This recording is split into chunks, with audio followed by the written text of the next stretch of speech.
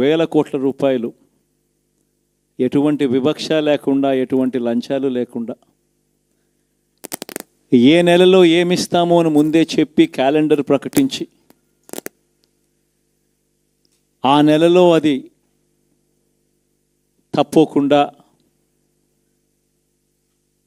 ప్రతి సంవత్సరం తూచా తప్పకుండా ప్రతి సంవత్సరం అది జరిగేట్టుగా చేస్తూ ఏకంగా 2,70,000 కోట్ల రూపాయల వివిధ పథకాల ద్వారా మాట తప్పకుండా జరగడం కూడా గతంలో ఎప్పుడూ కూడా చూడలేదు, జరగలేదు. ఇవన్నీ కూడా నేను ఏదైతే చెప్తా ఉన్నానో ఇవన్నీ ఎప్పుడూ చూడని మార్పులు, గతంలో ఎప్పుడు జరగని సంస్కరణలు.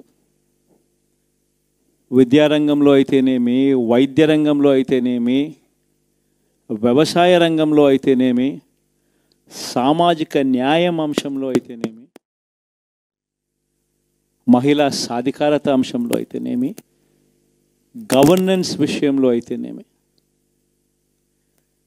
ఎప్పుడు జరగని చూడని సంస్కరణలను కూడా తీసుకొచ్చు. ఇవన్నీ నేను ఏదైతే చెప్తా ఉన్నానో ఇవన్నీ మనం చేసి చూపించి ప్రజల మన్ననలు పొందిన తర్వాతే ఎన్నికలకు వెళ్ళాం. ఎన్నికల్లో ఏమైందో తెలీదు. 5 సంవత్సరాలు కళ్ళు మూసుకుంటే చాలా అయిపోయింది. 5 సంవత్సరాలు. మళ్ళీ 2024 నుంచి 2029 కూడా అదే మాదిరిగానే కళ్ళు మూసుకుంటే 2029 కూడా కళ్ళు మూసుకుంటే వచ్చేస్తుంది. ఇవి మనం గుర్తుపెట్టుకోవాల్సిన అంశం ఏమిటి అని అంటే, సినిమాలో ఓన్లీ ఫస్ట్ హాఫ్ మాత్రమే అయ్యింది. గతంలో కూడా ఇదే మాదిరిగా పరిస్థితులు ఉన్నప్పుడు కూడా మనం ఏ మాదిరిగా పైకి లేచాము అన్నది కూడా మీ అందరికీ తెలిసిన విషయాలే. నేను ఒక్కటే మీ అందరికీ చెప్తా ఉన్నా, ప్రజల్లో ఈరోజు మనం చేసిన మంచి ఉంది. ఇంటింటికి మనం చేసిన మంచి ఇంకా బ్రతికే ఉంది. ప్రజల్లో ఈరోజు మనం చేసిన పాలన మీద విశ్వసనీయత అనే పదానికి అర్థం ఈ రోజుకి కూడా ప్రజల్లో ఉంది. గడప గడపకు మనం చేసిన మంచి ఇంకా ప్రజల్లో బతికే ఉంది. మరి ఇవన్నీ ఉన్నప్పుడు మళ్ళీ మనం లేయడం కూడా తథ్యం. కాకపోతే కొంచెం టైం పడుతుంది. ఆ టైం ఇవ్వాలి.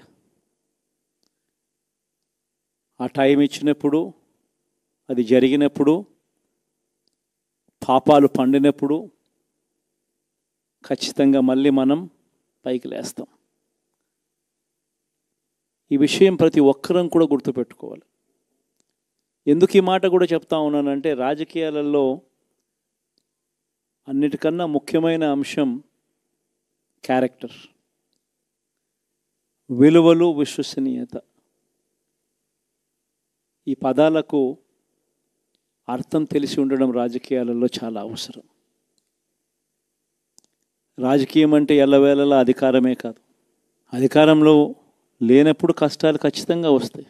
కానీ ఖచ్చితంగా కష్టాలు వచ్చినప్పుడు మనం ఖచ్చితంగా ఏ రకంగా రియాక్ట్ అవుతాం అన్నది మన చేతుల్లో ఉంది.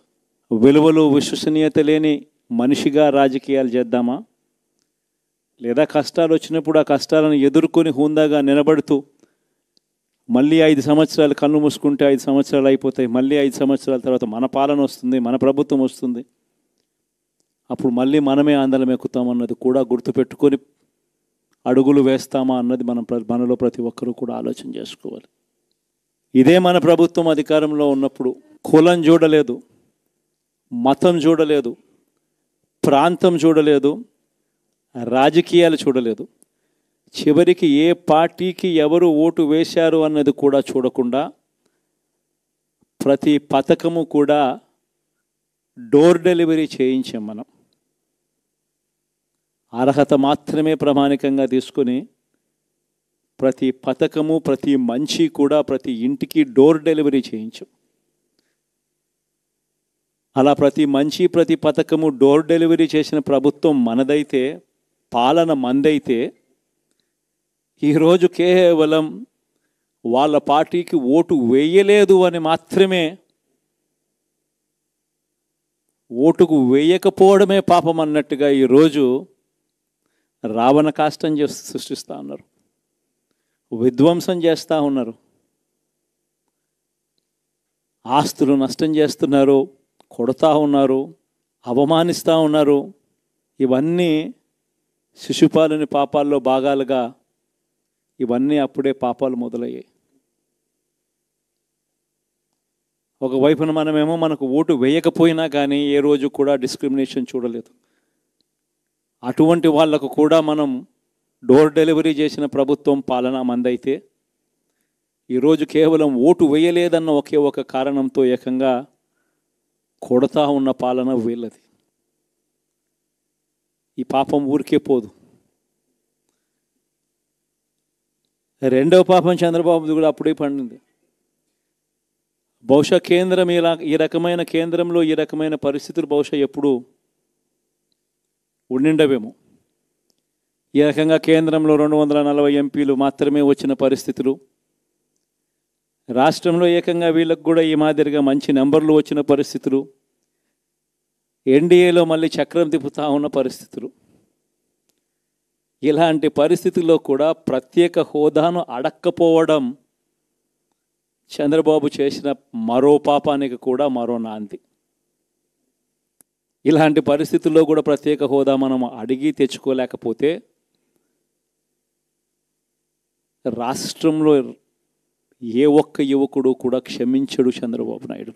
మనం కొంచెం ఈ పాపాలు పండేదాకా మనం గట్టిగా